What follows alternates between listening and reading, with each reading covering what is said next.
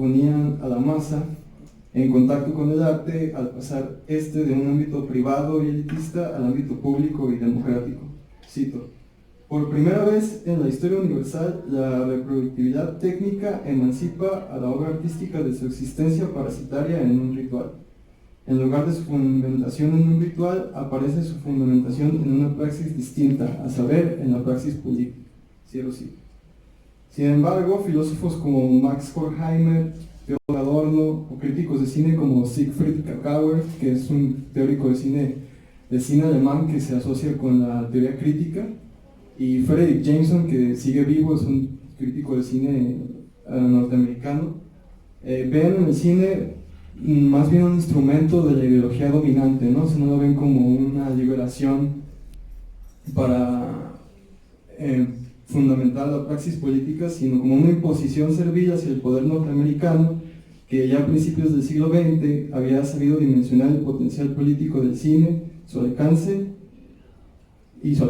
no precisamente como pensaba Benjamin a favor de las masas, pero sí para actuar sobre ellas, ¿no? O sea, es lo que trato de mencionar, ¿no? Es una imposición, ¿no? O sea, el cine en vez de constituirse como un producto que lleve a la liberación, se constituye como un producto donde se trata de adoctrinar a las masas, ¿no? Y a los individuos como tal. Bueno, y los ejemplos son variados, ¿no? O sea, están estas películas de acción, pues, que reproducen la masculinidad en contra de lo femenino, y hay un montón de ejemplos. O sea, nos podemos pasar aquí toda la tarde mostrando ejemplos de cómo es que el cine utiliza sus facultades, su reproductividad técnica para hacer que la gente obedezca, ¿no? O sea, la gente sea pasiva, ¿no? Pero lo que quiero mostrar es que si el cine es hoy en día un serio enemigo en contra de las múltiples posturas feministas, eso es otra cosa, ¿no? O sea, cuando hablamos de feminismo, o sea, tenemos que ser claros en que no existe un feminismo como tal, o sea, una forma dominante de feminismo, sino que las luchas son distintas, ¿no? En distintos momentos históricos, en distintas geografías. Entonces no es como que la lucha feminista de los norteamericanos sea la misma que de los mexicanos, ¿no? Entonces es algo que esos productos tratan como de diluir, ¿no? O sea, la lucha feminista, por ponerlo de una forma, ¿no? La lucha feminista es una nada más, y tan, ¿no? Se acabó.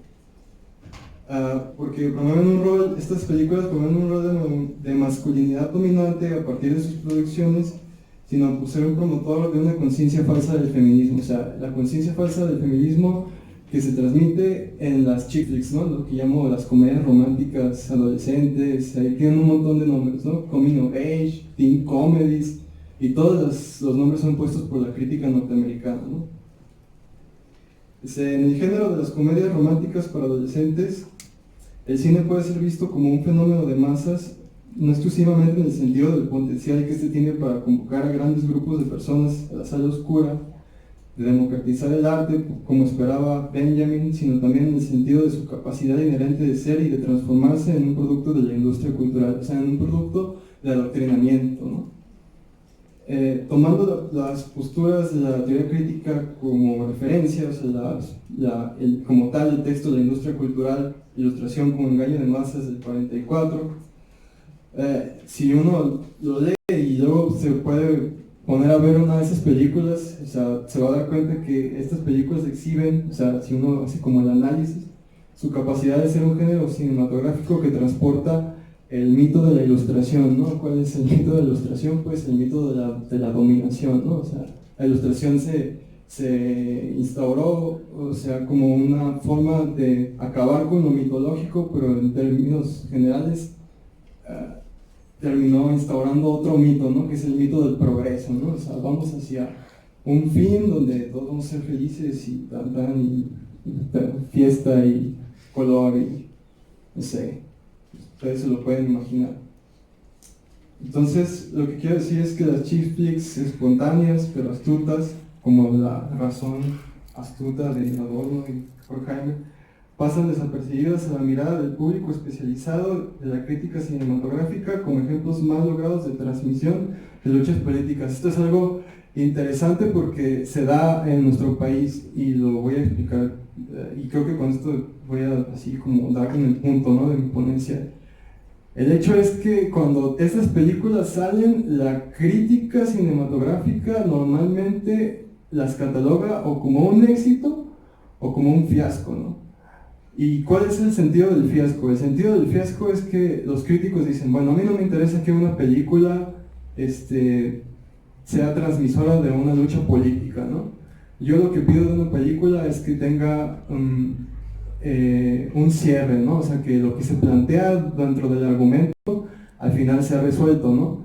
Y si las películas norteamericanas de comedia romántica intentan o no hacer como esta postulación de una lucha política como es el feminismo, pues no me importa tanto, y si lo hacen, pues creo que lo hacen mal. Y ese es el punto, ¿no? O sea, ahí es donde uno se puede dar cuenta si tiene como o sea, yo los invito a leer el texto, ¿no?, de la industria cultural, y si tienes como un bagaje, se puede dar cuenta de, ¿es en serio? O sea, ¿es en serio que están mal planteadas? O sea, que eso que exponen en el argumento está mal planteado. Y entonces, siguiendo donde dijo Jaime, se puede dar uno cuenta que no es así, ¿no?, que no están mal planteadas, que así están construidas, porque de esa forma es como logran su propósito, ¿no? Entonces, la crítica se extingue o se vuelve estéril al momento de decir, pues es que vi una película, ¿cuál? Y que es la que yo voy a utilizar aquí, ¿no? La de 10 cosas que ves de ti. Y el personaje, ¿no?, que se llama Kat, es feminista, ¿no? Entonces, ¿y qué es el feminismo de esa película? Bueno, pues es una muchacha que va en contra del sistema, que se queja de su profesor de literatura norteamericana, inglesa, porque en el programa solo pone autores masculinos y blancos, ¿no?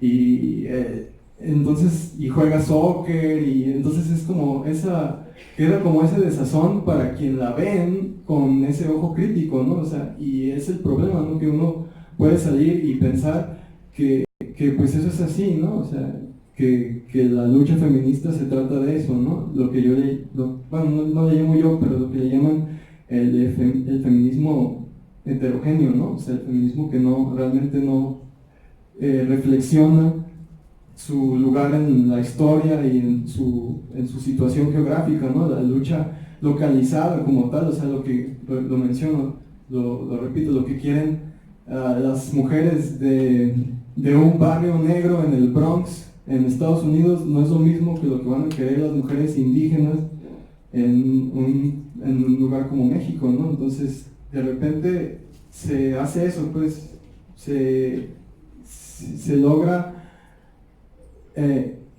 transmitir esa idea de un feminismo así diluido, ¿no? O sea, como para que te quede claro que esto que te estoy transmitiendo, esto que es parte central de mi argumento, es así, ¿no? Y bueno, para no dar muchas vueltas, porque se me acaba el tiempo, voy a resumir después el argumento de la película que trato de analizar. Yo tenía como esta intención de analizar muchas películas, pero bueno, no me alcanza tanto el tiempo, ¿no?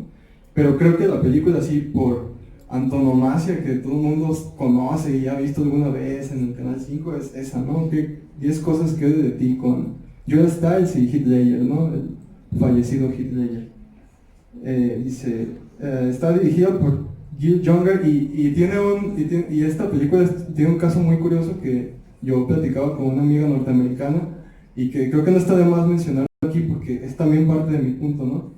Esta película sale en 1999 y es el regreso triunfal de la comedia gringa para adolescentes, ¿no? El regreso triunfal, porque se habían olvidado esas comedias.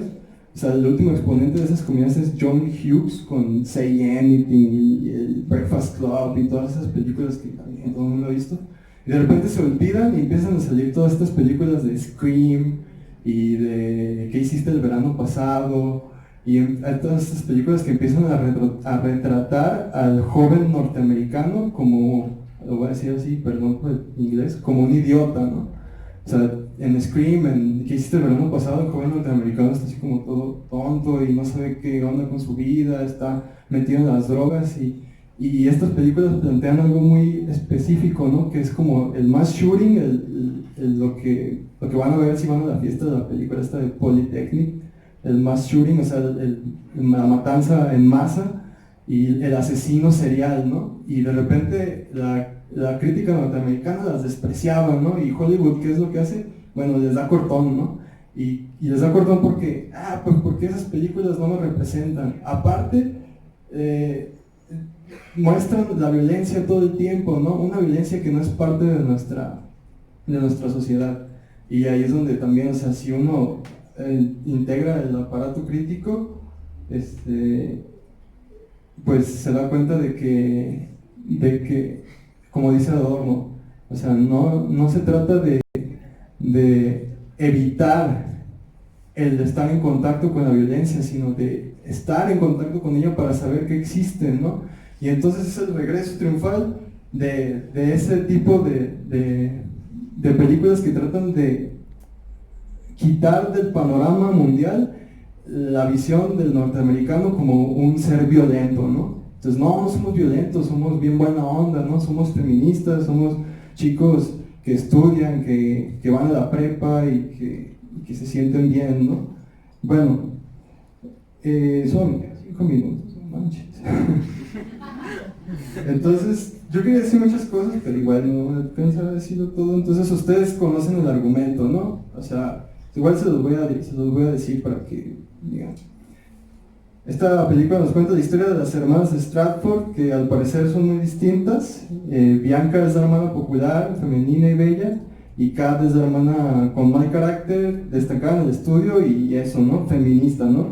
Ella se define como feminista y es una feminista. ¿Cuál es el punto de estas películas? El punto de estas películas es que plantean un arquetipo de una posición entre lo femenino y lo feminista que nace o deviene de la visión que lo femenino que se impone en esa película, ¿no? Entonces, lo feminista solo se da como una respuesta vaga totalmente de lo que es lo femenino en esa película. ¿Qué es lo femenino? Pues ser bonita, pues estar arreglada, pues caminar por la calle y que muchos chicos te vean, te chiflen y que todo el mundo te desee. ¿Y qué es la feminista? La que odia totalmente eso, ¿no? Y normalmente vemos en esas películas como siempre el feminista o el que trata de defender esa postura, pues es como el outsider, ¿no? El outcast, el que nadie le hace caso, el vago, ¿no? Y se viste mal y no le interesa como hacer lo que hacen los otros. Pero mi punto es ese, ¿no? O sea, mi punto es que al final de cuentas esa oposición entre lo femenino y lo feminista en las películas no existe como tal, ¿no?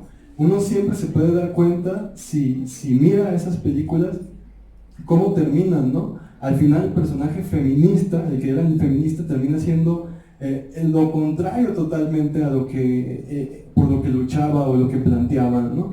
O sea, Kat termina como en esa película. Termina con Heath Ledger al final. O sea, ella quiere irse a estudiar a una universidad letras porque le gusta mucho leer a Sylvia Plath, la campana de cristal de Sylvia Plath. Y bueno, se nos sugiere al final de la película que es como, no, bueno, pero terminó con Heath Ledger, ¿no? O sea, le fue mejor, ¿no? Que como todos esperamos que le fuera ahí. ¿Y cuánto tiempo me queda? 2 minutos. Bueno, les doy la conclusión, ¿no? El feminismo en las chick flicks es representado de 2 formas. Primero, bajo la forma de una lucha anormal. Y yo pregunto, ¿por qué sería normal luchar por los derechos de las mujeres, ¿no? Esa es una, ¿no? Segundo, como un capricho infantil. Sus mismos personajes lo confirman, pero ¿por qué es infantil sentirse utilizado por alguien? Kat confiesa que es feminista porque el chico tal, Joey, la engañó para que tuviera sexo con ella, entonces como de no, ya no quiero jamás volver a ver a un hombre en mi vida, ¿no? Y por eso soy feminista, ¿no? Y tercero, como algo inexistente, al ser anormal e infantil, basta con que el personaje llegue al final de su arco dramático para que aprenda la lección. O sea, es un feminismo heterogéneo que no parte de la preocupación real y objetiva, solamente se plantea esta cosa de al ser normal, infantil, inexistente, basta con plantearlo bajo el arquetipo de una chica a la que le gusta leer a Sylvia Plath, practica el soccer, escucha punk rock y como algo carente de contenido, ¿no? Al final de la comedia la chica termina definida una vez más bajo la forma del deseo masculino, la comedia termina con tal oposición entre lo normal, lo femenino y lo feminista, resuelta bajo la astuta leyenda de y todos vivieron felices para siempre, ¿no? Y ya, y esto es, y se acabó, no discutan, ¿no? Y gracias, que ya me pasé.